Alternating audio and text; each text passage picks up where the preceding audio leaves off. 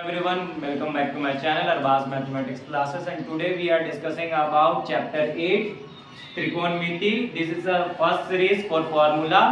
क्योंकि हम लोग आज से फॉर्मूला सीरीज स्टार्ट करेंगे, तो ये पहला सीरीज है जिसमें हम लोग आपको बेसिक से बताएंगे कि राइट एंगल ट्रायंगल क्या होता है और इसके कुछ फॉर्मूलाज देखेंगे, फिर लास्ट में ट्रेनिंग। ठीक है, तो सबसे पहले देखो कि ये जो ट्रायंगल है इसको बोलते हैं राइट एंगल ट्रायंगल, समकोण त्रिभुज। क्या बोलते हैं?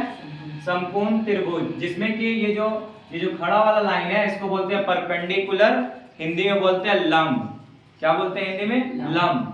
और ये जो लेटा वाला लाइन है इसको बोलते हैं बेस, आधार। क्या बोलते हैं?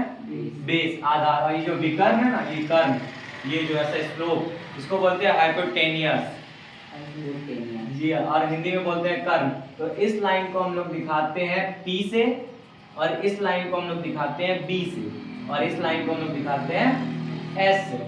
तो कोई भी मतलब फॉर्मूला त्रिकोणमिति का अनुपात निकालना हो, चाहे ये साइड निकालना हो, ये साइड निकालना हो या ये साइड निकालना हो, उसके लिए हम लोग को इस चीज का यूज पड़ता है। जैसे कि देखो पहला formula sin theta, sin theta बराबर क्या होता है? P अपॉन H, या बोलो तो P बटे H।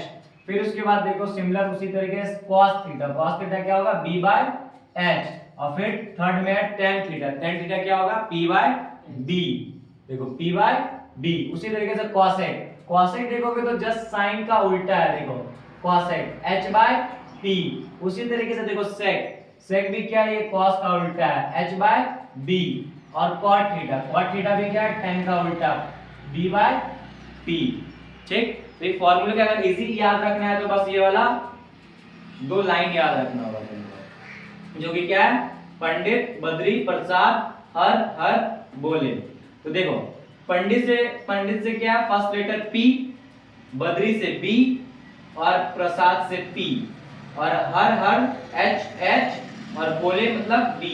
तो अगर तुम देखोगे यहाँ पे first sine P by H, फिर देखो cos B बाय H, फिर देखोगे tan P बाय D, और इसी का जस्ट उल्टा कर दो, साइन का उल्टा cosec, तो इसका उल्टा हो जाएगा H बाय P।